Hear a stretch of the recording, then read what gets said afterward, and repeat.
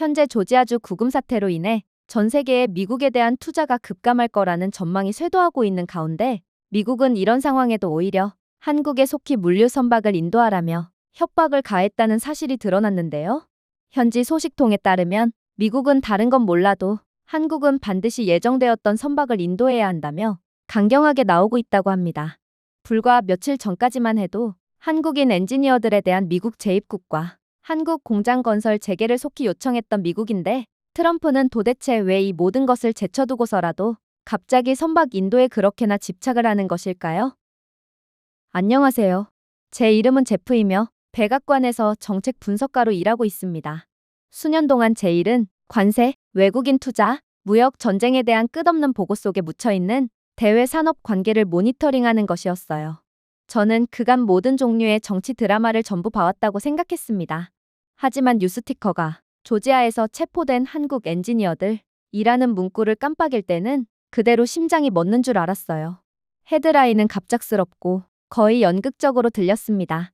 하룻밤 사이에 300명의 전문가가 벤에 묶여 영장도 없는 상황에서 끌려갔습니다. 미국의 관계자들은 이를 필요한 이민 집행이라고 불렀지만 정책계의 모든 사람들은 같은 말을 속삭였죠. 그들은 트럼프의 정치에 이용당한 희생양이라고 말입니다. 체포된 한국인들은 법보다는 트럼프 대통령의 동맹국에 대해서도 강경한 태도를 알리기 위해 고안된 권력 과시에 관한 것이었습니다. 저는 믿을 수 없다는 듯이 화면을 응시하며 한국에 선전포고를 한 것은 트럼프의 실수가 분명하다는 생각을 안 할 수가 없었어요. 역시나 뉴욕에서 런던까지 트레이딩 데스크 전반에 걸쳐 공황은 체포된 사람들보다 더 빠르게 퍼졌죠. 블룸버그 분석가들은 즉시 트럼프가 지금의 한국에 대한 적대적인 태도를 빠르게 철회하지 않는다면 미국으로의 투자 유입이 급격히 감소할 것으로 예상했습니다. 논리는 간단했어요. 만약 미국이 절차 없이 동맹국인 한국 엔지니어들을 구금할 수 있다면 외국인 투자자들이 과연 미국을 안전한 나라라고 생각할 수 있을까요? 글로벌 펀드들은 미국의 노출을 줄이겠다고 속삭이기 시작했고 알고리즘은 정치적 불안정에 대한 경고를 깜빡였어요. 월스트리트는 항상 혼돈이 아닌 확실성을 바탕으로 번영해왔으며 이러한 움직임은 시스템의 독과 같은 혼돈을 주입했습니다. 한 외국인 투자자가 전화로 만약 그들이 동맹국인 한국을 이렇게 대한다면 우리 회사들이 어떻게 미국에 투자할 수 있을까요? 라고 중얼거리는 것을 들었습니다. 시장은 답을 기다리지 않고 수십억 달러의 비용이 드는 망설임으로 대응했죠. 한편 전국의 주지사들은 갑자기 부정행위로 적발된 긴장한 남학생들처럼 보였습니다. 처음에는 워싱턴의 자신감을 반영했어요. 그들은 박수를 치고 트럼프의 자신만만한 연설에 고개를 끄덕이며 기자회견 내내 미소를 지었습니다. 하지만 며칠 만에 그들의 어조는 극적으로 변했죠. 한 가지 이름이 지역 헤드라인에 계속 등장했습니다. 루이지애나 주지사 제프 랜들이. 그는 기자회견에서 현대 철강 공장은 반드시 건설되어야 합니다. 지연은 없습니다. 변명의 여지가 없습니다. 라고 선언하며 목소리를 높였어요. 그의 말은 마치 현대 경영진이 부하 직원인 것처럼 최후 통첩에 힘을 담고 있었지만 그가 왜 그렇게 강력하게 주장했는지는 모두가 알고 있었습니다. 그는 현대 공장과 직접 연결된 1300개의 일자리를 약속했고 그 일자리가 재선 티켓이었기 때문이죠.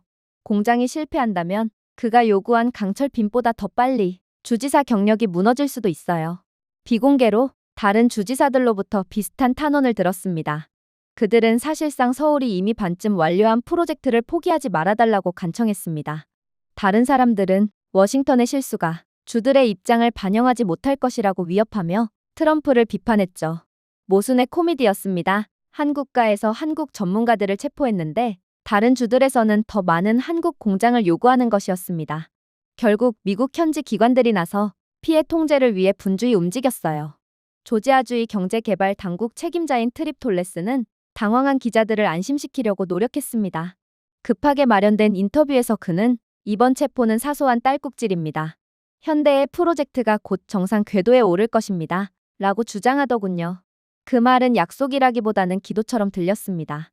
톨레스는 한국 엔지니어들을 다시 데려오기 위한 논의가 진행 중이라는 사실을 너무 솔직하게 인정하기도 했어요. 그는 한국인 엔지니어들은 공장 운영에 필수적입니다. 라고 고백하며 트럼프의 한국은 필요 없다는 주장에 정면으로 반박했죠. 한국인들을 족쇄에 묶어두었던 바로 그 행정부가 이제는 그들의 귀환을 간청하고 있는 것입니다. 저는 사무실에 앉아 다시 대본을 읽었어요. 웃어야 할지 고개를 흔들어야 할지 고민했습니다. 얼마 전 주 당국은 적법한 비자를 소지하고 있는 한국인들을 범죄자처럼 끌고 나갔어요. 이제 같은 관계자들은 그들의 복귀가 중요하다라고 주장하고 있어요. 더욱 충격적인 점이요? 한국인들이 미국을 떠남에 따라 발생한 기능 장애는 조지아에만 국한되지 않았다는 것입니다. 기관 내에서는 비난이 테니스 공처럼 튀어나갔어요. 이민 당국은 명령을 따르고 있을 뿐이라고 말하며 대답을 회피했죠. 경제개발국은 불통이 원인이라고 주장했습니다. 사실 둘 다 서로를 완전히 무시했다는 사실을 인정하고 싶지 않은 것 같았어요. 그 결과 공장이 지연되고 프로젝트가 중단되며 정치인들은 분노한 외국인 투자자들에게 수십억 달러가 증발해버린 이유를 설명하기 위해 분주하게 움직이고 있거든요. 결국 늦은 밤, 저는 고위 직원들을 위해 직접 메모를 작성했습니다. 저는 이렇게 썼어요. 미국은 자국 프로젝트의 근간을 무너뜨리면서 동시에 더 빠른 건설을 요구할 수는 없습니다. 한국은 미국에 있어 가장 중요한 파트너라는 소리예요. 투자자들은 위선을 용서하지 않을 것이고 지금 당장 한국에 사죄하지 않는다면 일은 걷잡을 수 없게 될 것입니다. 저는 의자에 기대어 천장을 응시했어요. 그리고 부정하고 싶었지만 결론이 이미 형성되고 있다는 것을 알고 있었습니다. 미국은 그것을 인정하는 것이 아니라 부정하려고 노력함으로써 의존성을 드러낼 게 분명했어요. 그리고 다음 날 아침 백악관 브리핑룸에서 저는 그저 머리를 감싸줄 뿐이었죠. 기자들은 메모를 섞었고 보좌관들은 이어피스에 속삭이며 다음 회전을 기다렸습니다. 미국 대통령 대변인이 마침내 연단에 도착했을 때 발표는 짧고 날카로우며 놀라울 정도로 자신감 넘쳤습니다. 미국은 이 위기를 혼자 감당할 수 있습니다. 우리는 한국이 필요하지 않습니다. 기자단 사이로 한 줄기 웅성거림이 이어졌습니다. 어떤 사람들은 눈썹을 치켜 올렸고 다른 사람들은 부드럽게 웃더군요. 전략이라기보다는 허풍쟁이가 빈 홀에 외치는 것처럼 들렸습니다. 트럼프 자신도 비공개로 더 강력한 힘으로 대사를 반복했어요. 우리는 강합니다. 미국은 외국인 노동자가 필요하지 않습니다. 미국은 건설할 수 있고, 미국은 생산할 수 있으며, 미국은 승리할 수 있습니다. 그의 조언자들은 성실하게 박수를 보냈지만 그들조차도 확신이 서지 않는 것 같았어요. 한국 없이 라는 문구는 우주에 대한 도전처럼 공중에 떠 있었고 우주는 차갑고 무자비한 숫자로 빠르게 반응했습니다. 디트로이트에서는 한때 로봇팔로 윙윙거리던 자동차 공장이 섬뜩할 정도로 조용해졌습니다. 관리자들은 며칠 내에 생산이 재개될 것이라고 직원들을 안심시키려고 노력했어요. 대신 출력 차트는 이대로라면 3주 안에 조립량이 38% 감소할 거라는 잔인한 사실을 알려주었습니다. 감독관이 상황을 진정시키려고 했지만 한정비사가 한국 부품이 없으면 이곳은 공장이 아니라 박물관입니다. 라고 소리치면서 모든 것이 멈춰버렸어요. 그 말은 일부 사람들의 웃음을 자아냈지만 현실은 참혹했습니다. 한국산 정밀 기어박스가 한 번도 출하되지 않을 때마다 미국에서는 수천 대의 차량이 지연되고 맙니다. 포드는 이런 상황이 해결되지 않을 경우 한 달 안에 4억 2천만 달러의 적자를 계산했는데 이는 한 라인에서만 발생한 수치입니다. 한편 서울의 산업지구는 매우 다른 모습을 보였어요. 현대와 기아는 공급망 중단에도 불구하고 조립 공장이 92%의 효율로 가동되는 등 기록적인 생산성을 보고했거든요. 울산에서는 전체 차량이 결합률이 0.8% 미만인 반면 미국 공장은 결합률을 6% 미만으로 유지하는 데 어려움을 겪었습니다. 독일의 한 무역 관찰자는 한국에서는 지연이 몇 시간을 의미합니다. 미국에서는 지연이 몇 주를 의미합니다. 라고 건조하게 말했죠. 그 숫자들은 미국을 당황하게 해서가 아니라 더 이상 부정할 수 없는 의존성을 드러냈기 때문입니다. 일본도 비교를 제공했지만 미국은 강조하고 싶지 않았습니다. 도쿄의 공장들은 합리적인 품질을 유지했지만 비용 상승과 노동력 부족으로 인해 생산성이 저하되었어요. 오사카의 한 제철소에서는 근로자 1인당 연평균 생산량이 61톤이라고 보고했습니다. 반면 포항의 한 한국인 근로자는 연간 근로자 1인당 88톤을 유지해 45% 가까이 높은 수치였죠. 일본 공장들은 또한 장비 유지 보수로 인해 거의 2배에 달하는 가동 중단 시간을 기록했지만 한국 공장들은 예측 AI를 사용하여 가동 중단 시간을 절반으로 줄인 상태였어요. 한 일본인 매니저는 방문 분석가에게 우리는 한국의 효율성을 모방할 수 없더라도 존경합니다. 이제 그들은 더 이상 우리의 라이벌이 아니에요. 한국은 늘 혁신하거든요. 라고 고백했어요. 더욱 좌절스러웠던 점이요? 미국의 비교는 훨씬 더 나빴다는 사실이었습니다. 조지아 체포 이후 한국인 계약자 없이 독립을 자랑하던 엘라베마 철강 공장이 혼란에 빠졌습니다. 생산량이 너무 낮게 급감하여 경제학자들은 이를 산업적 자유 낙하라고 설명하더군요. 한국이 생산한 철강 1톤당 미국은 비슷한 조건에서 겨우 0.6톤을 관리했습니다. 이러한 격차는 이론적인 것이 아니라 해고, 마감일 누락, 투자자들의 분노로 직결되었습니다. 한 열띤 회의에서 한 노조 지도자가 테이블을 두드리더군요. 당신은 미국 일자리를 약속했지만 한국인 없이는 우리는 아무것도 할 수 없어요. 결국 당신들의 조치가 우리에게 실업을 안겨준 것입니다. 아무도 반박할 수 없었기 때문에 방은 조용해졌습니다. 시장은 끊임없이 피해를 집계했어요.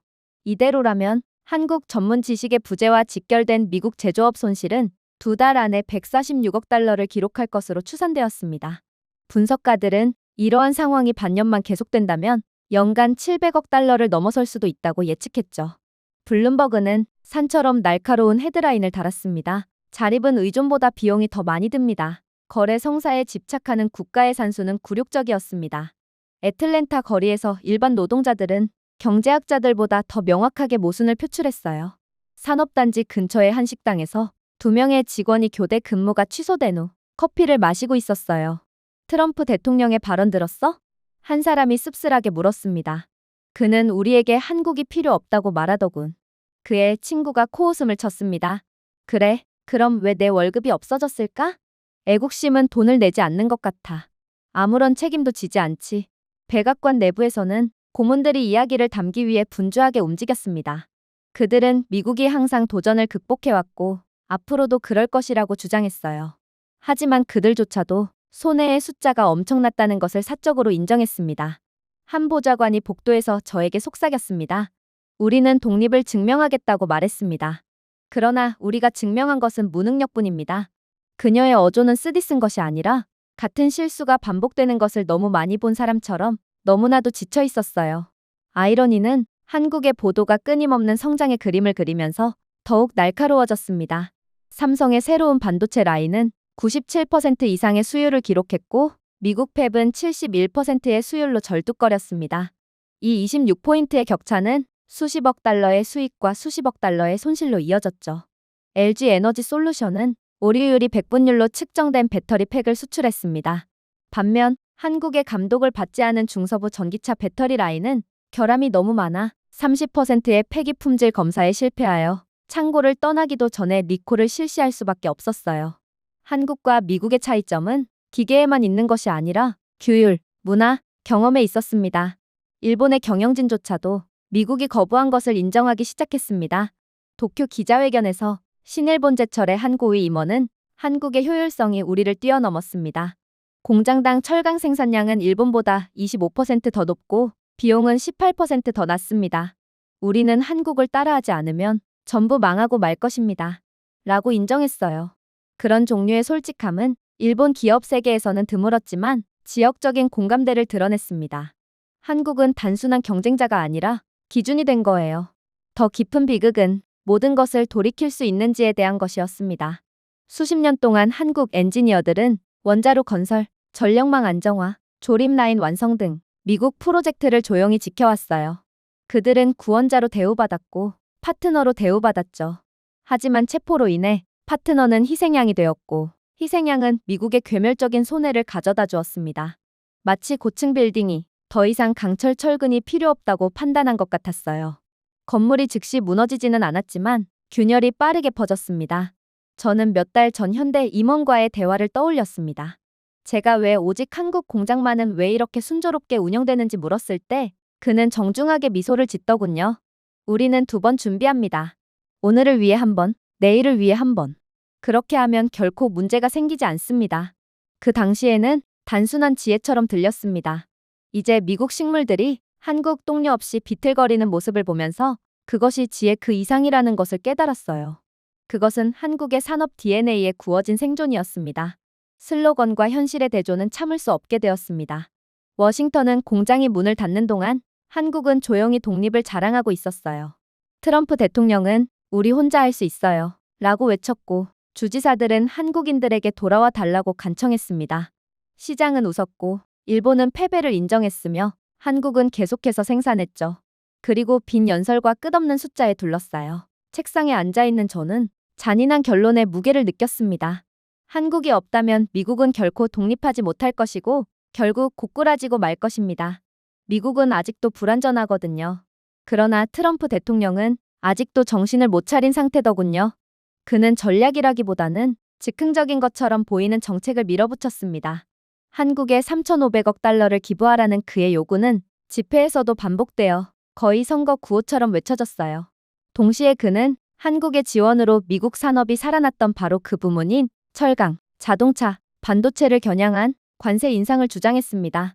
마치 미국이 물속에서 숨 쉴 수 있다고 자랑하면서 생명줄을 처벌하기로 한 것 같았죠.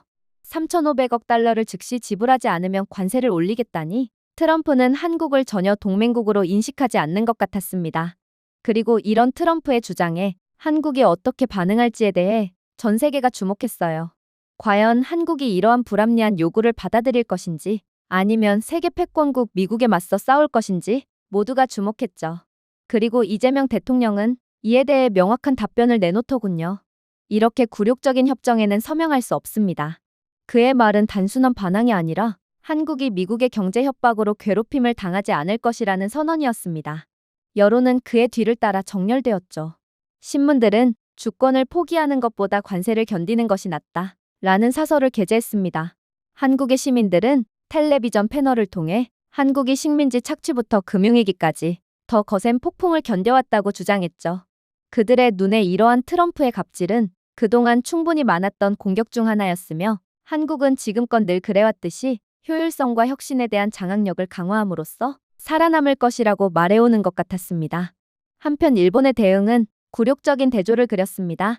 동일한 15%의 자동차 관세, 즉 오랜 2.5%에서 크게 도약에 직면한 도쿄는 흔들렸고 결국 무너졌습니다. 그들은 관세를 묵묵히 받아들였을 뿐만 아니라 3,500억 달러라는 막대한 금액을 결국 미국에 지불하기로 결정했거든요. 아무런 항의도 없이 미국에 그대로 무릎을 꿇고 만 것입니다. 일본의 경제산업성 관계자들은 워싱턴과의 지속적인 협력에 대해 신중하게 언급한 성명을 발표했습니다. 비공개로 일본 경영진은 이미 연간 180억 달러가 넘는 손실을 계산하며 격렬한 반응을 보였죠. 하지만 일본 정부는 트럼프에게 이의를 제기하지는 않았죠. 도쿄의 신문들은 이를 순종 외교라고 직설적으로 묘사했고 국제평론가들은 조용히 피를 흘리려는 일본의 의지에 고개를 저었습니다. 한 유럽 분석가는 일본이 구타를 감수하고도 파트너십이라고 부른다 라고 말했습니다.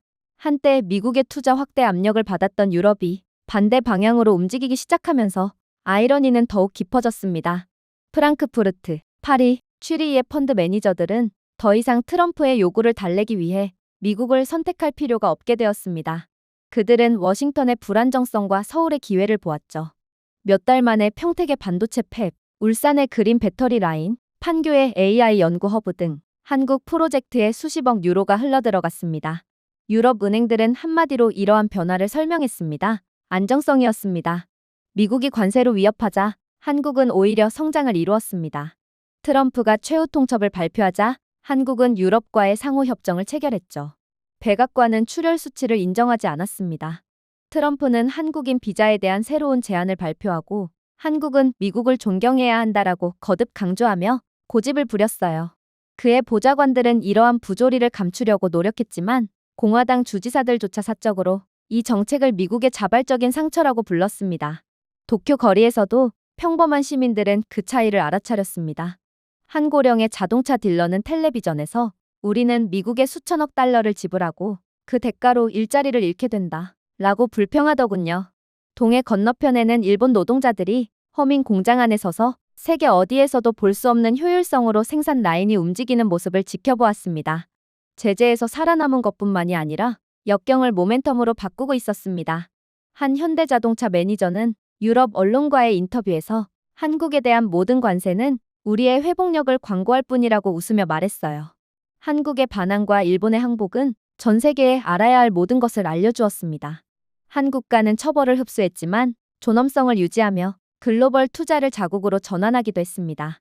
다른 국가는 굴욕을 받아들이고 자국 산업이 공동화되는 것을 가만히 목격하고만 있었죠. 그리고 미국은 모든 주에서 공장이 멈추며 피해가 증가하는 모습을 그려냈음에도 불구하고 모든 과정에서 승리 중이라고 주장하고 있었어요. 그리고 시간이 지날수록 상황은 더욱 걷잡을 수 없게 흘러갔죠.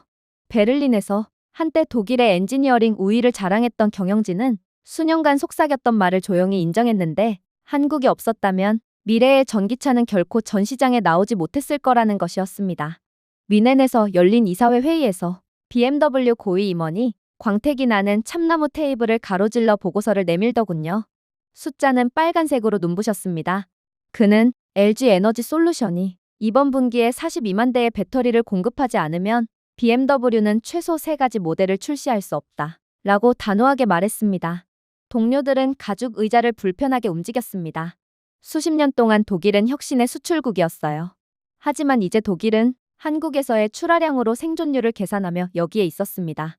한 독일 엔지니어는 우리는 자동차를 설계하지만 서울이 동력을 공급합니다. 라고 답답한 마음에 중얼거렸어요. 해협 건너편에서 프랑스 정책 이반자들도 비슷한 현실에 직면했습니다. 야심찬 친환경 모빌리티 법안은 2030년까지 도로에서 500만 대의 전기차를 생산하겠다고 약속했습니다. 하지만 조달 차트에 따르면 고밀도 배터리 셀의 거의 68%가 한국에서 직접 생산되는 재앙이 발생했습니다. 이러한 출하량이 없다면 법의 모든 부분이 허구로 무너질 것입니다. 열띤 국회 회기 중 한 야당 의원은 책상을 내리치며 입법하는 건 우리지만 전기를 공급하는 것은 한국입니다. 라고 외쳤어요. 이 회의장은 웃겨서가 아니라 그게 부인할 수 없는 사실이었기 때문에 헛웃음이 터져나왔죠. 유럽의 관료주의와 한국의 속도 사이의 대조는 고통스러울 정도로 분명해졌습니다. 브뤼셀에서는 규제 당국이 배출 기준, 위원회 규칙, 조달 투명성에 대해 수개월 동안 논의했습니다. 협정이 체결될 무렵 한국 공급업체들은 이미 생산량을 늘리고 시제품을 테스트하며 납품을 준비하고 있었죠. 벨기에의 한 기자는 잔인한 유머로 요약했습니다. 유럽이 서류를 제출하고 한국이 제품을 배송합니다. 한편 한국 기업들은 임상적 정밀성으로 이러한 지연을 활용했습니다. 삼성전자는 프랑크푸르트와 더블린의 데이터 센터 수요에 힘입어 유럽으로의 반도체 수출을 전년 대비 22% 확대했습니다. SK하이닉스는 유럽 AI 서버 용량의 40%에 가까운 메모리 모듈을 공급했죠. 이 모듈이 없다면 유럽 대륙의 디지털 주권에 대한 꿈은 이륙전에 멈출 것입니다. 유럽 관리들은 이를 알고 있었고 인정하기 싫어했지만 의존은 자존심을 잠재우는 방식이었습니다. 이로 인해 한국이 얻은 혜택은 더욱 놀라웠습니다. 이번 연도 한국에 대 이후 총수출액은 1,400억 달러를 넘어 사상 최대치를 기록했습니다. 분석가들은 이 수치의 거의 절반이 저마진 상품이 아닌 배터리, 반도체, 정밀 기계 등 고가 상품에서 나온 것이라고 지적했어요. 한국은 그저 미국이 과세한 관세를 피하기 위해 유럽으로 공급망을 옮긴 것뿐인데 그 결정이 대박이 난 셈이었습니다.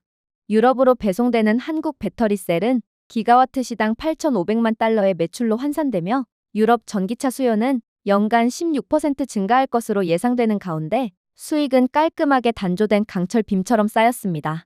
한국 무역 관계자들은 이미 유럽과의 흑자 규모가 350억 달러를 넘어섰으며 이는 국내 인프라 프로젝트 전체의 자금을 지원할 수 있을 만큼 충분한 규모라고 보고하더군요. 유럽 CEO들이 불균형을 공개적으로 인정하면서 아이러니는 더욱 깊어졌습니다. 프랑크푸르트 컨퍼런스에서 다임러의 수장은 기자들 앞에 서서 유럽의 전기 전략은 한국의 효율성에 달려있다. 한국이 없으면 타임라인이 무너지고 비용이 폭발하며 경쟁자들이 우리를 추월하게 된다. 라고 선언했습니다. 이 성명은 독일뿐만 아니라 대륙 전역에서 헤드라인을 장식했죠. 이건 칭찬으로 분장한 고백이자 감탄으로 포장된 항복이었습니다. 한편 문화적 차이는 더욱 벌어졌을 뿐이었습니다. 유럽 관리자들은 안전감사, 노동상담, 환경평가 등 절차적 체크리스트에 빠져 있는 반면 한국 관리자들은 예측 알고리즘과 디지털 트윈으로 프로세스를 간소화했더군요. 한 영국 공급망 디렉터는 생방송에서 한국이 6주 안에 생산하는 제품을 유럽에서는 승인하는 데만 6개월이 걸린다. 라고 한숨을 내쉬었습니다. 심지어 유럽의 소규모 국가들도 같은 패턴을 따랐습니다. 현대가 전기차 부품 공장에 투자했던 폴란드에서는 현지 관리들이 서울의 속도를 극찬했어요. 폴란드의 한 시장은 서울에 전화하면 며칠 만에 결정이 내려집니다. 그러나 브뤼셀에 전화하면 수년 만에 답변이 도착하죠. 라고 설명했습니다. 그의 무뚝뚝한 태도는 모인 관중들의 박수를 받았습니다. 유럽의 미래 성장은 브뤼셀에 덜 묶여있고 부산에 더 묶여있다는 것이 하위 텍스트였죠. 서울에서는 반응이 놀라울 정도로 미미했습니다. 한국은 미국의 협박에 매우 효과적으로 대응했고 오히려 막대한 이익을 보는 결과를 얻어냈음에도 한국 경영진은 자랑하지 않았습니다. 대신 조용히 계약을 체결하고 생산 라인을 확장하며 수익을 재투자했죠. 이 수치는 그 어떤 보도 자료보다 큰 반향을 일으켰습니다.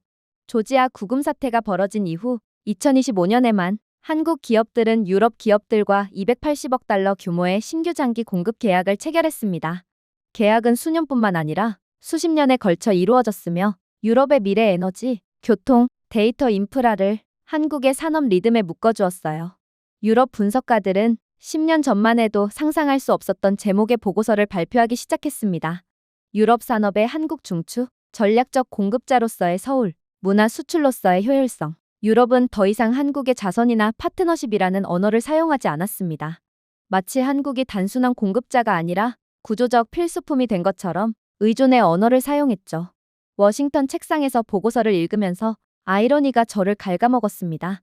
유럽은 수년 동안 미국으로부터 더 많은 것을 구매하고 미국 공장에 투자하고 미국의 변화하는 요구에 응해야 한다는 압박을 받아왔습니다. 이제 미국의 불안정성에 직면한 유럽은 결정적으로 한국으로 방향을 틀었어요. 한국은 감정 때문이 아니라 필요에 따라 변화를 만들고 있었습니다. 한국은 유럽 관료들의 존경을 받고 있었고 그동안 아무도 재현할 수 없었던 세 가지, 속도, 신뢰성, 품질을 제공했습니다. 교훈은 날카롭고 분명했어요. 미국의 트럼프 대통령은 아직도 정치 연극에 얽혀있고 일본은 항의 없이 손실을 받아들이는 반면 유럽은 한국에 닻을 내리는 실용적인 선택을 했습니다. 그렇게 함으로써 유럽은 관세, 체포, 대통령 연설이 되돌릴 수 없는 서울의 이익과 영향력, 장기적인 지렛대를 넘겨주었죠. 그리고 한국이 이렇듯 미국을 벗어나 엄청난 이익을 얻는 것과는 달리 이제 미국의 진짜 피해는 서서히 시작되었습니다. 붕괴의 첫 징후는 백악관이 아니라 항구에서 나타났어요. 로스앤젤레스에서는 수백 개의 컨테이너가 방치된 레고 타워처럼 쌓여 있었고 그 내용물은 캘리포니아의 태양 아래서 썩어가고 있었습니다. 크레인이 머리 위로 다가왔지만 하역할 배들이 도착하지 않았기 때문에 천천히 불규칙하게 흔들렸습니다. 오전 중반까지 항만 관계자들은 모두가 의심했던 사실을 인정했습니다. 한국 컨테이너 선박의 흐름이 멈췄고 미국의 동맥이 막히고 있었어요. 한편 부산에서는 대조적이었습니다. 외신 기자들은 세계에서 가장 바쁜 부산의 조선소에 모여 철강 대기업들의 안무를 지켜보았습니다. 현대중공업과 대우조선해양은 선체 사이의 단 2시간 지연으로 물속으로 미끄러지는 컨테이너 운반선을 정밀하게 진수했어요. 엔진이 퍼덕이고 내비게이션 시스템이 동기화되었으며 갑판은 반짝이는 대리석처럼 태양 아래에서 빛났습니다. 한 영국 특파원이 카메라맨에게 속삭였습니다. 부산은 미래처럼 보이고 미국 롱비치는 고고학 발굴지처럼 보입니다. 숫자가 이야기의 나머지를 말해주었어요. 한국은 전 세계 LNG 운반선 주문의 거의 70%와 첨단 컨테이너 선박의 55%를 통제하고 있습니다. 다른 어떤 나라도 이에 근접하지 못했습니다. 일본 야드는 구식 공구 및 인력 부족으로 인해 15%로 뒤처졌죠. 중국은 저렴한 대량 주문으로 자랑하려 했지만 그들의 선박은 한국산 선박보다 평균 30% 더 높은 결합률과 12% 더 많은 연료를 소비했습니다. 즉, 따지고 보면 오히려 비싼 선택지였던 것이죠. 유럽 구매자들에게는 선택지가 분명했습니다. 한덴마크 임원은 우리가 한국의 선박을 사는 것이 아니라면 그저 돈을 낭비하는 것일 뿐입니다. 라고 직설적으로 인정했습니다. 그러나 한국의 부재는 미국을 망치처럼 강타했어요. 미국 최대 해운 및 물류회사 중 하나인 크롤리 마리타임은 한국산 항공사가 없으면 환태평양 처리량이 6개월 만에 41% 감소할 거라고 보고했습니다. 하와이에 본사를 둔 매트스는 컨테이너 부족으로 인해 캘리포니아의 농산물 수출이 부두에서 타격을 입기 시작했어요. 경영진은 그리스에서 오래된 선박을 서둘러 용선했지만 해당 선박은 비용의 2배에 달하는 연료를 낭비하여 수익률이 하룻밤 사이에 손실로 바뀌었습니다. 매트슨의 한 고위 관리자는 유출된 통화에서 화물을 옮기는 것보다 현금을 더 빨리 태우고 있다 라고 인정했어요. 월마트 경영진조차도 질식할 것 같은 느낌을 받았습니다. 벤턴빌 이사회 회의에서 유통 책임자들은 아시아에서 예상되는 출하량의 18%가 좌초되었다고 밝혔습니다. 범인은 생산이 아니라 배송 능력이었어요. 현대와 DSM이 운송업체가 없는 세계 최대 소매업체는 이미 인플레이션으로 인해 흔들리는 주에서 빈 진열대에 직면했습니다. 격분한 부사장은 한국 선체의 공급망을 구축했는데 이제 선체가 사라졌다 라고 외쳤다고 했죠. 아이러니는 무자비했습니다. 미국은 자국 소비 제국의 철강 기반을 과소평가했습니다. 한편 부산에서는 초현실적인 장면이 펼쳐졌습니다. 로이터와 르몽드의 기자들은 새로 명명된 24,000TEU 컨테이너 선박에 초대되었습니다. 내부는 AI 지원 내비게이션, 예측 유지 보수 대시보드, 자동 밸러스트 제어 등 공상과학 세트장을 방불케 했죠. 한 프랑스 기자가 중얼거렸습니다. 이것은 우리 공항보다 더 발전된 것 같아요. 한국인 선장은 정중하게 미소를 지었습니다. 한국에서 효율성은 더 이상 슬로건이 아닙니다. 그것은 현실이죠. 워싱턴은 평소에 자신감으로 대응하려고 노력했습니다. 트럼프는 집회에서 우리는 우리만의 배를 만들 것입니다. 미국 철강, 미국 일자리 라고 소리쳤어요. 하지만 업계 관계자들은 진실을 알고 있었습니다. 미국은 수십 년 동안이나 주요 컨테이너 운송 업체를 건조하지 않았습니다. 필라델피아와 샌디에이고의 조선소는 구축함과 소형 유조선을 처리할 수 있었지만 월마트의 진열대와 아마존의 창고를 가득 채우는 리바이어선은 처리할 수 없었습니다. 한 해군 건축가가 인터뷰에서 쓴웃음을 지었습니다. 미국은 더 이상 배를 만들 수 있는 국가가 아니에요. 그런데 식료품을 나르겠다고요? 잊어버리세요. 재정적 손실은 잔인하게 명확해졌습니다. 3분기까지 한국산 선박의 부재로 인해 미국 물류회사들은 약 290억 달러의 화물가치 손실을 입을 것으로 전망되었습니다. 농산물 수출은 썩고 전자제품 출하는 중단되었으며 미국 공장으로 향하는 원자재는 해외에서 유유 상태였어요. 경제학자들은 이를 은행이 아닌 실종된 선박으로 인해 촉발된 침묵의 경기 침체라고 설명했습니다. 블룸버그의 헤드라인은 칼처럼 잘렸습니다. 한국도 화물도 없습니다. 반면 한국 야드는 번창했어요. 해운 회사들이 미국 파트너를 위해 계약을 변경하면서 유럽에서의 주문이 급증했죠. DSME는 5년 동안 야드를 바쁘게 유지할 수 있는 600억 달러 규모의 수주 잔고를 발표했습니다. 현대해비는 영업 마진이 18%로 증가했다고 보고했는데 이는 전통적으로 조선 업계에서 전례 없는 수치였어요. 더 깊은 아이러니는 한국을 건든 것에 대한 위기가 보이지도 않을 정도로 빠르게 나타났다는 점입니다. 평범한 미국인들은 슈퍼마켓에서 가격이 오르는 것을 보았는데 그 이유는 수천 마일 떨어진 한국 조선소와의 연결이 끊어진 것 때문이었습니다. 저는 갑자기 덴마크에 온 회사 임원과의 대화가 기억났어요. 한국은 세계 무역의 동맥을 건설합니다. 동맥을 잘라내면 몸이 무너집니다. 미국은 동맥 없이도 살아남을 수 있다고 생각하는 건가요? 그의 웃음은 건조했지만 은유는 완벽했습니다. 워싱턴에서는 보좌관들이 광학에 대해 신경질적으로 속삭이더군요. 한 내부 메모는 다음과 같이 인정했습니다. 우리는 10년 내에는 한국의 용량을 절대로 대체할 수 없습니다. 그렇게 하려는 모든 시도는 더 높은 비용과 더 긴 지연으로 이어질 것입니다. 그것은 관료적인 방식으로 한국에 대한 의존성을 고백하는 것이었으며 트럼프 대통령이 그렇게나 크게 부정했던 것과 동일한 의존성이었습니다. 제 책상 위에서는 모순이 거의 우스꽝스러웠어요. 외신 기자들은 부산의 완벽한 안무를 칭찬하면서 밀물에 잠긴 미국 항구를 조롱했습니다. 한국 야드는 이익을 추가했고 미국 기업들은 손실을 집계했습니다. 그럼에도 불구하고 트럼프는 한국산 철강 위에 서서 미국의 위대함을 외치며 존재하지 않는 배들을 계속 약속할 뿐이었죠. 하지만 결론은 무자비했습니다. 한국의 조선 패권은 인상적일 뿐만 아니라 대체 불가능했습니다. 서울의 시그니처가 된 정밀도, 규모, 효율성을 따라잡을 수 있는 나라는 없었어요.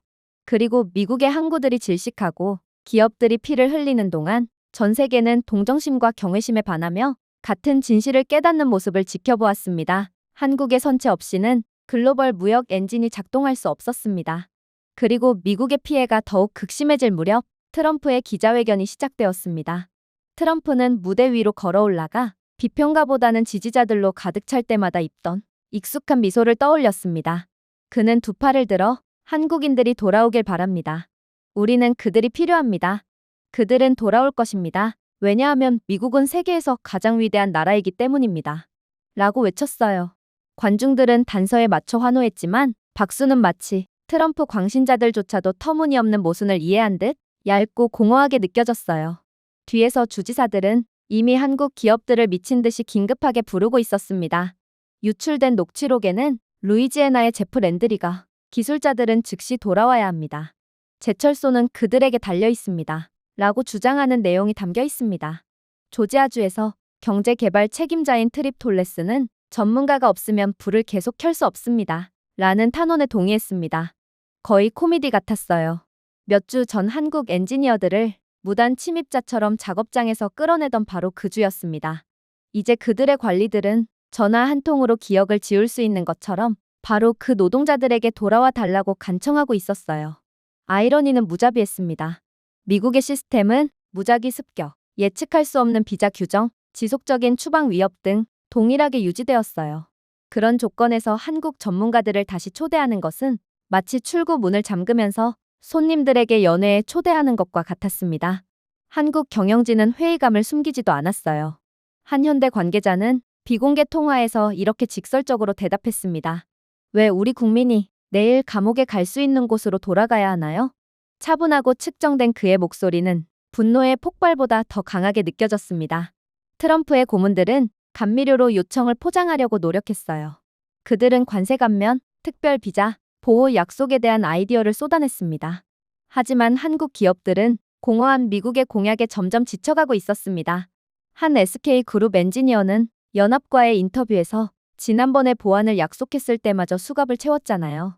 이제 당신들을 어떻게 믿습니까? 라고 웃으며 말했습니다. 그의 발언은 소셜미디어에서 빠르게 퍼졌고 워싱턴의 모순을 조롱하는 바이럴 밈으로 변했어요. 한편 서울에서는 정부가 굳건히 자리를 지켰습니다. 이재명 대통령은 내각을 소집해 우리 엔지니어들을 다시 불안정에 빠뜨릴 명분이 없다. 라고 단호하게 말했습니다.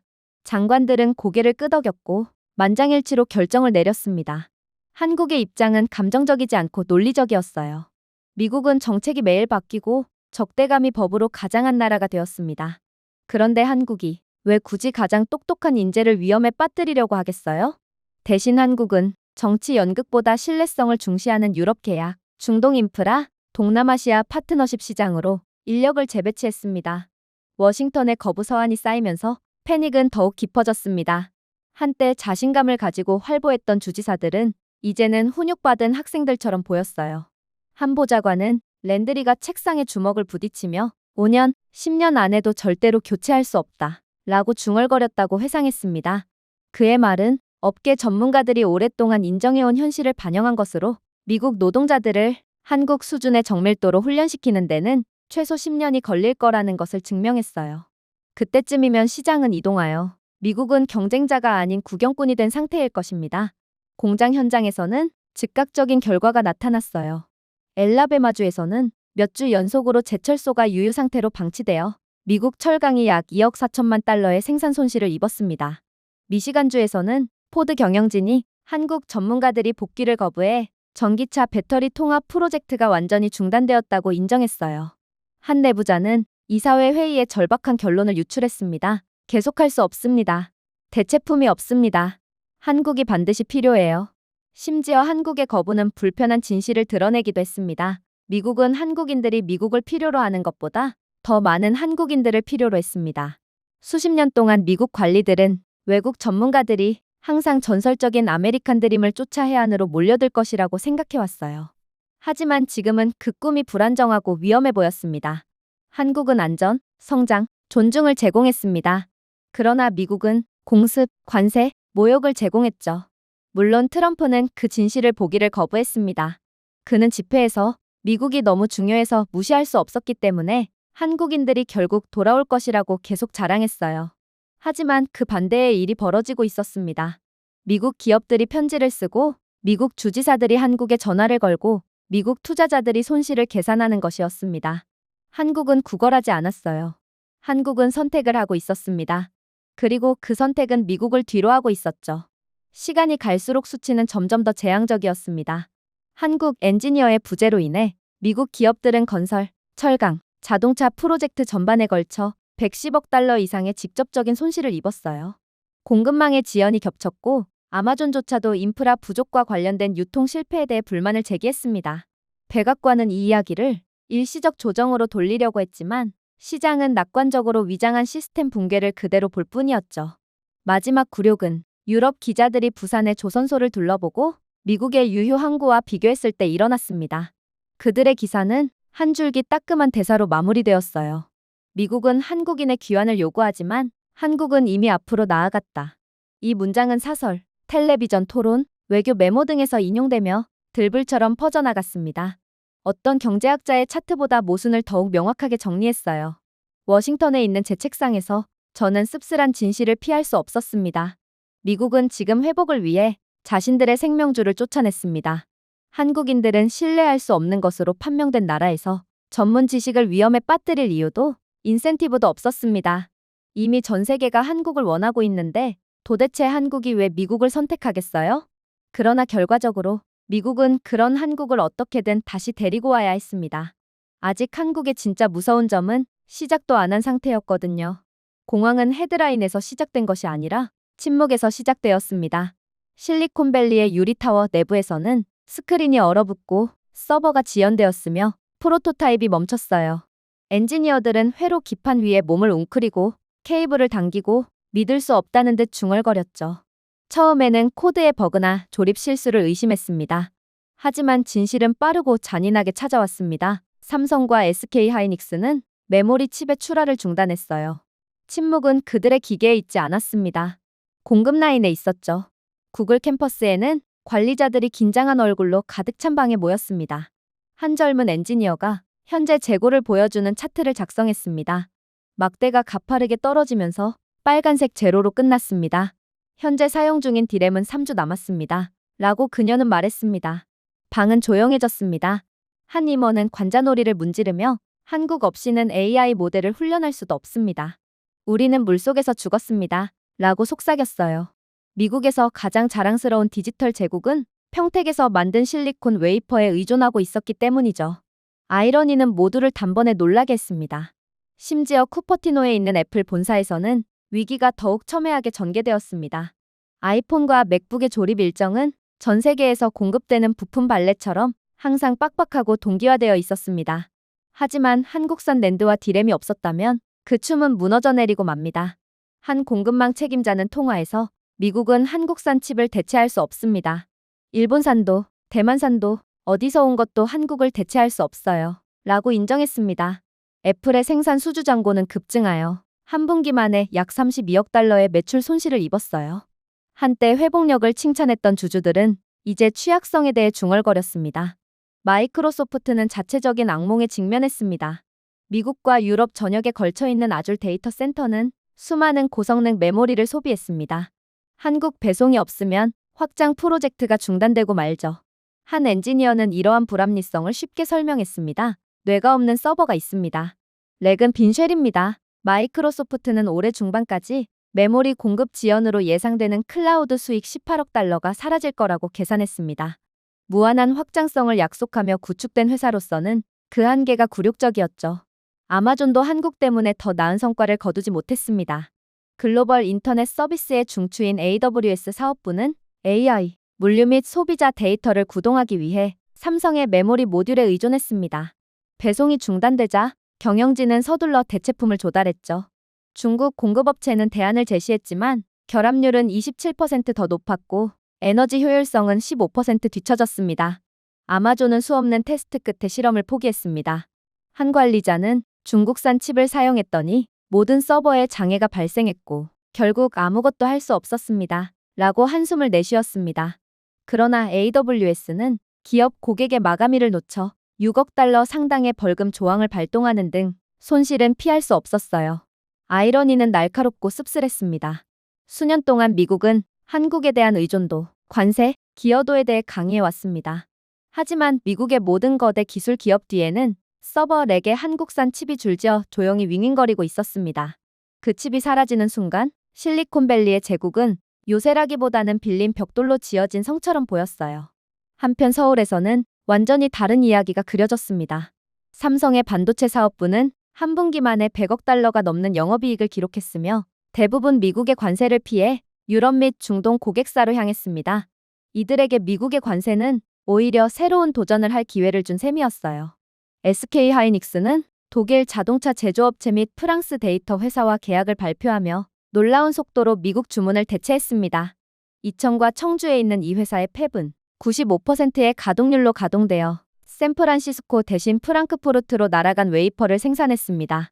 한국 경영진은 비웃지 않고 단순히 계약서를 가리켰을 뿐이었어요. 수사보다 현실이 더 큰 목소리로 말한 셈이었죠.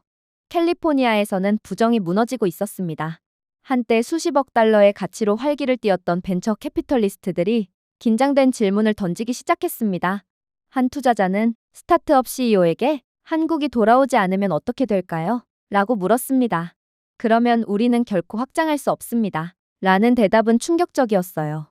한국산 메모리가 없으면 클라우드 서비스는 여전히 얼어붙고 AI 스타트업은 굶주리고 하드웨어 프로젝트는 시들었습니다. 한국이 사라지자 실리콘밸리에서 가장 자랑스러운 상징인 혁신 파이프라인은 막힌 호스가 되어버린 셈입니다. 대체재와의 비교는 굴욕감을 더욱 악화시켰습니다. 일본 기업들은 기존 디램을 제공했지만 생산량은 전 세계 수요의 5%에 불과할 정도로 너무 낮았습니다. 중국 팹은 모듈을 생산했지만 미국 시스템과의 호환성이 떨어져 비용이 많이 드는 재설계가 필요했죠. 대만 파운드리는 메모리가 아닌 로직칩에서 뛰어난 성과를 거둘 뿐이었기에 결국 한국사는 아무도 채울 수 없는 공백을 남겼습니다. 모든 차트와 모든 분석은 같은 결론으로 끝났습니다. 한국은 시스템의 일부가 아니었습니다. 한국은 시스템 그 자체였죠. 팔로알토의 한 카페에서 2명의 엔지니어가 노트북을 열어놓고 앉아 있었고 화면에는 오류 로그가 흩어져 있었습니다. 한 엔지니어는 미국은 모래 위에 제국을 세웠어 라고 한숨을 내쉬었습니다. 그의 친구는 모래가 아니야. 한국 실리콘 위에 건설했지. 그리고 이제는 전부 사라져버렸어 라고 정정했습니다. 두 사람의 웃음은 어둡고 체념으로 가득 찼습니다. 이사회 밖에서도 진실은 일상적인 대화로 자리 잡았습니다. 보도가 쇄도하자 워싱턴에서 지켜보았습니다. 구글, AI 교육 중단. 애플, 제품 출시 연기. 마이크로소프트, 클라우드 확장 연기. 아마존, 벌금 납부. 트럼프의 한국 공격 이후 미국은 기술 부문 전반에 걸쳐 120억 달러 이상의 직접 손실이 발생하는 등 피해가 막대했습니다. 하지만 가장 고통스러운 수치는 재정적인 문제가 아니라 상징적인 문제였습니다. 미국에서 가장 밝은 계곡은 서울의 공장 없이는 기능할 수 없다는 점이었죠. 물론 트럼프는 허세를 계속 부렸습니다. 텍사스에서 열린 집회에서 그는 우리는 한국의 칩이 필요하지 않습니다. 우리는 더 크고 더 좋고 더 강하게 만들겠습니다. 라고 선언했어요. 관중들은 환호했지만 캘리포니아에 있는 엔지니어들은 그 주장이 환상일 뿐이라는 것을 알고 있었습니다. 미국의 국내 팹은 대량 디램 생산까지 몇 년이나 더 필요합니다. 수십억 달러의 보조금이 하루아침에 수십 년의 전문 지식을 불러일으킬 수는 없었죠. 그 공백은 돈이 아니었습니다. 숙달된 전문성이었습니다. 그리고 한국이 가진 것이 바로 숙달이었습니다. 삼성의 3나노 공정 수율은 80%에 달했고 미국의 실험용 팹은 40%를 넘기 위해 고군분투했어요. SK 하이닉스는 유럽의 차세대 슈퍼컴퓨터를 구동하는 고 대역폭 메모리를 제공한 반면 미국 프로젝트는 수년간 마감 시한을 놓쳤습니다. 한국은 칩만 생산한 것이 아니라 국경을 정의한 셈이었죠. 결국 며칠 만에 실리콘밸리의 분위기는 부정에서 절망으로 바뀌었습니다. 한 마이크로소프트 임원은 우리는 한국이 미국에 의존한다며 조롱했지만 미국이야말로 그 누구보다 한국에 의존했다. 라고 사적으로 고백했습니다. 투자자들은 암울하게 고개를 끄덕였습니다. 아이러니는 부인할 수 없는 일이었습니다. 미국의 디지털 심장은 항상 한국인의 피로 뛰었어요. 한국 반도체가 없으면 실리콘밸리는 아이디어와 빈 기계의 사막일 뿐이었습니다. 한때 자랑스러웠던 캘리포니아의 실험실에서 침묵이 깊어지면서 진실은 이사회실, 카페, 트레이딩 플로어로 퍼져나갔습니다. 미국은 모든 수사에도 불구하고 한국이 건설한 것을 대체할 수 없었습니다. 그리고 밤새 서울의 팹이 빛나는 것을 지켜보며 전 세계는 마침내 흔들리지 않는 현실을 깨달았죠. 한국의 실리콘은 단순한 메모리가 아니었습니다. 미래가 어떻게 건설되었는지에 대한 메모리였죠. 그리고 트럼프 대통령은 그걸 전 세계에 홍보해준 꼴이었습니다. 한국이 얼마나 우수한지, 얼마나 대단한 국가인지 돈도 한 푼 받지 않고 전 세계에 알려준 셈이었어요. 그러나 더욱 소름 돋는 점은 따로 있었습니다. 미국에는 이제 정전까지 발생했기 때문이었어요. 정전은 천천히 질식하듯 조용히 도착했습니다. 중서부 전역에서 가로등이 깜빡이고 공장이 유유 상태이며 주택이 불안한 침묵에 빠졌습니다. 원인은 사이버 공격이나 폭풍이 아니었어요. 훨씬 더 당황스러운 일이었습니다. 미국의 원자로는 한국의 것을 따라잡을 수 없었고 한국의 전문 지식 없이는 수리 일정이 혼란에 빠졌기 때문이었습니다. 처음에 미국 유틸리티 회사들은 이를 부인했어요. 미국 최대 원자력 운영업체인 엑셀론은 주주들에게 지연이 사소한 조정이라고 말했습니다. 하지만 일리노이주에 있는 원자로 중 세 곳이 터빈 고장으로 동시에 가동을 중단하자 변명의 여지는 사라졌습니다. 기자들은 경영진에게 답변을 요구했고 지친 한 관리자는 우리는 수십 년 동안 한국의 청사진에 의존해왔습니다. 그들 없이 우리는 즉흥적으로 행동하고 있으며 실패하고 있습니다. 라고 인정했어요. 그 입장은 시장을 놀라게 했습니다. 미국의 이른바 원자로 독립은 내내 서울의 설계에 달려있던 셈이었거든요. 한편 아시아와 중동 전역에서 한국의 지배력은 밝게 빛났습니다. 한국전력과 두산에너지는 UAE와 사우디아라비아에서 각각 제때 예산 이하로 전 세계적으로 비교할 수 없는 안전 점수를 받은 새로운 원자로를 공개했습니다. 리야드에서 사우디 관리들은 공개적으로 한국인들을 칭찬했어요. 우리는 그들이 지체하지 않기 때문에 그들을 선택했습니다. 그들은 세상에서 가장 빠른 배달을 합니다. 서울에서는 수치가 직접 말했습니다. 한국의 APR 1400 원자로 설계는 92% 이상의 가용성을 자랑했으며 이는 미국이나 유럽의 경쟁자들과 비교할 수 없는 기준이었어요. 이에 비해 미국 원자로는 유지 보수 지연, 부품 부족, 엔지니어링 오류로 인해 77%의 속도로 가동될 뿐이었죠. 그 격차는 수십억 달러의 전기 손실과 대중의 신뢰를 무너뜨리는 결과로 이어졌습니다. 한 미국 상원 의원이 조지아에 멈춰있는 건설 현장을 둘러보았을 때 그는 기자들에게 우리는 한국인들에게 머물러 달라고 간청했어야 했다. 라고 중얼거렸습니다. 그 영상은 입소문을 타면서 전국적인 화제가 되었죠. 백악관 내부에서는 보좌관들이 해결책을 찾기 위해 분주하게 움직였습니다. 그들은 웨스팅하우스와 제너럴 일렉트릭이 프로젝트를 가속화하도록 촉구했습니다. 하지만 두 회사 모두 이전의 모습을 잃은 지 오래였어요. 한때 미국의 자존심이었던 웨스팅하우스는 2017년 AP1000 원자로의 비용 초과로 파산 신청을 한 바 있습니다. 지인은 풍력 터빈으로 방향을 틀었지만 수익성 문제로 어려움을 겪으며 원자력 부문은 골격만 간신히 유지하고 있는 상태였어요. 한국전력이 일상적으로 했던 일을 재현할 인력도 정밀도도 없었습니다. 한 업계 분석가는 블룸버그와의 인터뷰에서 횟집 주방장에게 외과 의사를 대체해달라고 요청하는 것과 같습니다. 기술은 이전할 수 없습니다. 라고 말했어요. 숫자가 나머지를 말해주었습니다.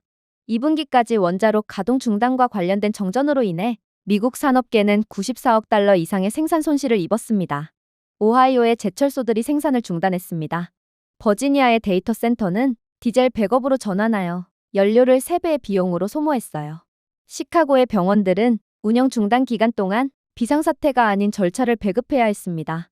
아이러니는 날카로웠습니다. 미국은 한국의 부상을 조롱했지만 이제 한국의 안정적인 손을 잃은 대가를 치르게 되었어요. 한편 유럽 바이어들이 서울 문 앞에 줄을 섰습니다. 폴란드는 한국전력과 400억 달러 규모의 원자로 6기 건설 계약을 체결했습니다. 체코와 루마니아는 한국이 30년 동안 중단 사고가 전혀 발생하지 않았다는 점을 언급하며 그 뒤를 따랐어요. 오랫동안 프랑스 원자력 공급업체들과 연결되어 있던 영국조차도 두산과 모듈형 원자로에 대한 협상을 조용히 시작했습니다. 독일의 한 에너지 장관은 이를 직설적으로 요약했습니다. 오늘 신뢰할 수 있는 원자력을 원한다면 서울에 전화하세요. 다른 누구도 한국처럼 할 수 없습니다. 미국에서는 경영진이 부정에 집착했어요. 엑셀론의 연례 회의에서 한 주주가 한국 엔지니어들이 언제 돌아올 수 있는지 물었습니다. CEO는 말을 더듬더니 우리는 국내 인력에 자신이 있습니다. 라고 제안하더군요. 하지만 비공개로 유출된 이메일을 통해 절박함이 드러났습니다. 우리는 10년 이내에는 대체 인력을 양성할 수 없습니다. 시스템이 재건할 수 있는 것보다 더 빠르게 무너지고 있거든요. 워싱턴에서 열린 저녁 식사에서 에너지 로비스트가 용감한 시도를 했던 기억이 납니다. 우리가 해낼게요. 반드시요. 그가 웃으며 말했습니다. 하지만 그 말을 들은 상원 의원은 쓴웃음을 지을 뿐이었죠. 어떻게 하게? 우리는 정전 때문에 불도 계속 켜놓을 수 없잖아. 한국이 없으면 이런 일은 계속해서 발생할 거야. 테이블은 침묵했고 진실은 부인하기에는 너무 무거웠습니다.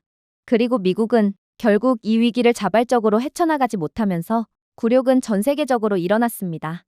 파이낸셜 타임스는 헤드라인을 장식했어요. 한국은 건설하고 미국은 기다립니다. 투자자들은 수십억 달러를 서울의 에너지 섹터로 이동했고 미국 유틸리티 기업들은 신용등급 강등에 직면했습니다. IMF조차도 미국의 전력망 불안정이 1년 이내에 GDP 성장률을 1.5% 감소시킬 수 있다고 경고하는 보고서를 발표했어요. 세계는 더 이상 한국이 없어서는 안 될 존재인지 묻지 않았습니다. 왜 미국이 다른 척을 했는지에 대한 질문이었습니다. 미국은 한국을 완전히 오판하고 있었어요. 한국의 원자력 패권은 자부심의 문제가 아니었습니다. 인프라, 생존, 권력 그 자체였죠. 서울의 청사진 없이 미국은 어둠 속에서 더듬고 기업들은 피를 흘리고 지도자들은 자랑하며 시민들은 그 대가를 치르고 있습니다. 하지만 그때 믿고 싶지 않은 일이 벌어졌어요. 그건 미국에서 철수한 한국 기업들에게 전 세계 국가들이 달라붙어 구애하고 있다는 소식이 들려왔기 때문입니다. 베트남 총리는 카메라 앞에 서서 우리는 완전한 인센티브, 10년간 면세, 토지, 직접적인 인프라 지원을 제공할 준비가 되었습니다. 현대의 차세대 전기차 공장을 환영합니다. 라고 선언하며 환한 미소를 지었습니다. 관중들은 열광적인 박수를 보내더군요. 미국이 최후 통첩을 발표하는 동안 베트남은 두 팔을 벌리며 구애를 한 거였습니다. 인도네시아도 빠르게 그 뒤를 따랐습니다. 인도네시아 대통령은 술라웨시의 대규모 니켈 광산을 둘러본 후 이 자원은 낭비되지 않을 것입니다. LG 에너지 솔루션의 기가 팩토리의 연료를 공급할 것입니다. 라고 발표했어요. 그의 주장을 더욱 분명히 하기 위해 그는 30년간의 세금 감면, 우선 해운 노선, 한국 파트너에게 헌정된 정부 지원 발전소 등 패키지를 추가했습니다. 투자자들은 관대함에 눈을 깜빡였어요. 한 현지 기자는 우리는 한국의 집 열쇠와 자동차 열쇠도 주고 있다. 라고 말하더군요. 그들이 한국 기업들을 유치하려는 노력은 그 정도로 진심이었던 것입니다. 미국 입장에서는 너무나도 절망적이었죠. 한국 공장은 일자리, 기술, 그리고 세계적 명성을 의미했습니다.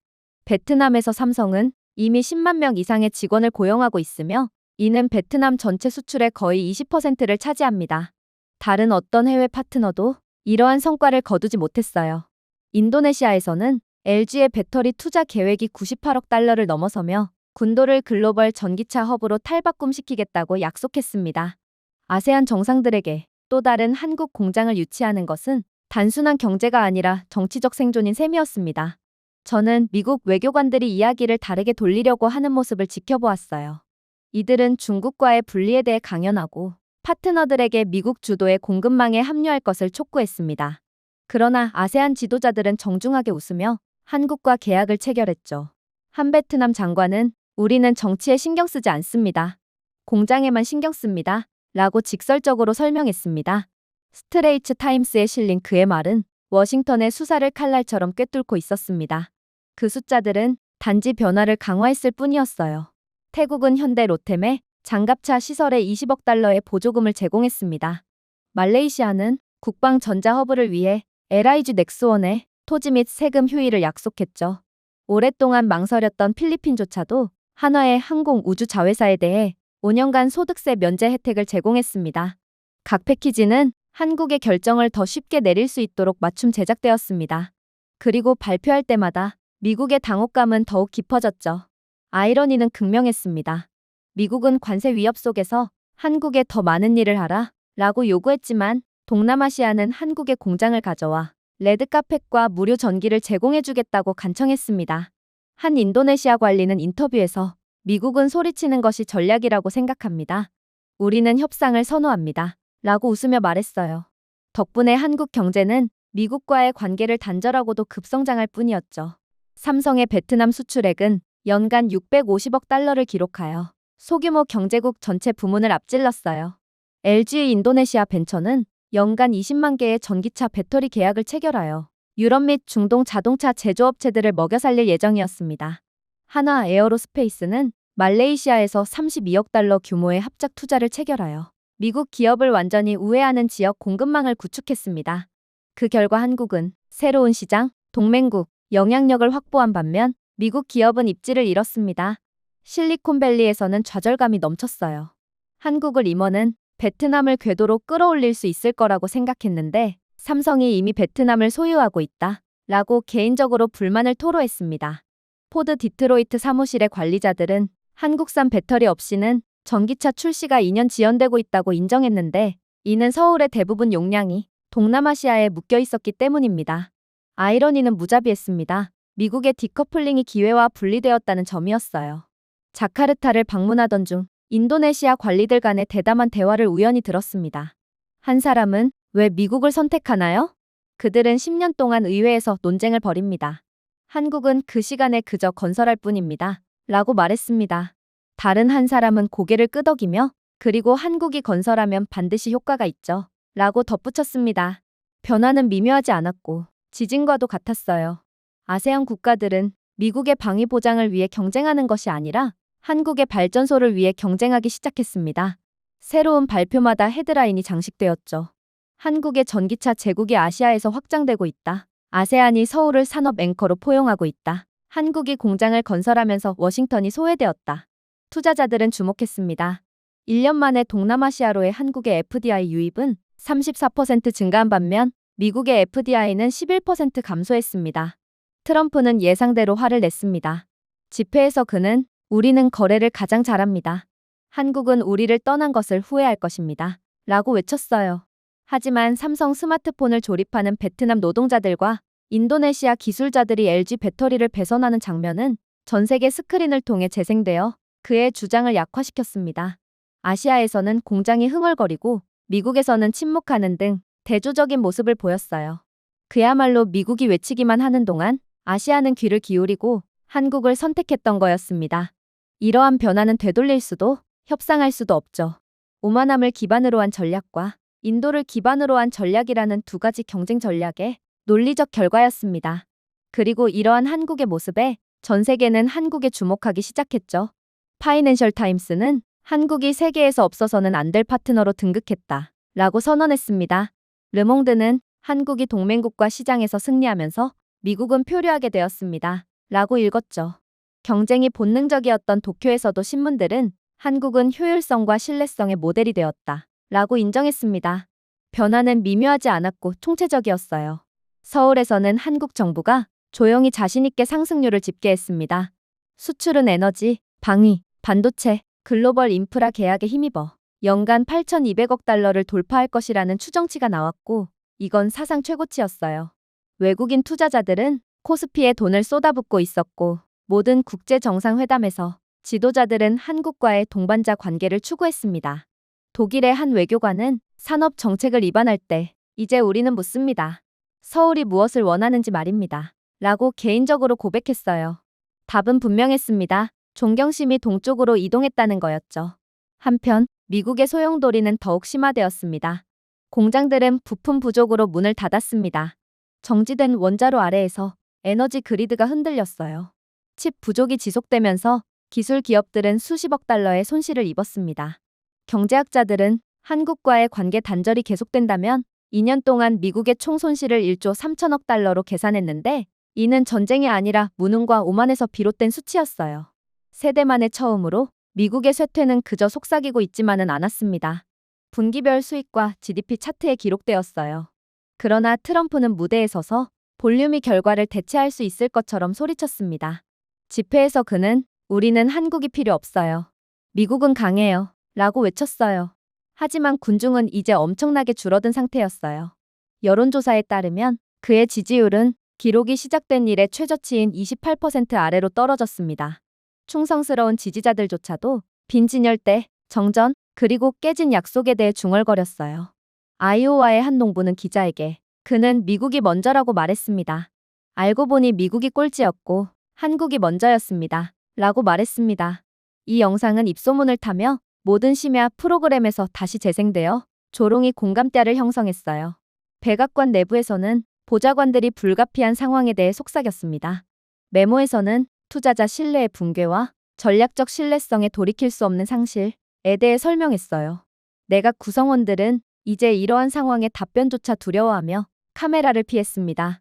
군사 지도자들조차도 미군이 더 이상 받지 못한 한국 부품에 의존하고 있다는 사실을 사적으로 인정했습니다. 한 장군은 비공개 회의에서 한숨을 내쉬었어요. 우리는 빌린 도구로 초능력을 만들었습니다.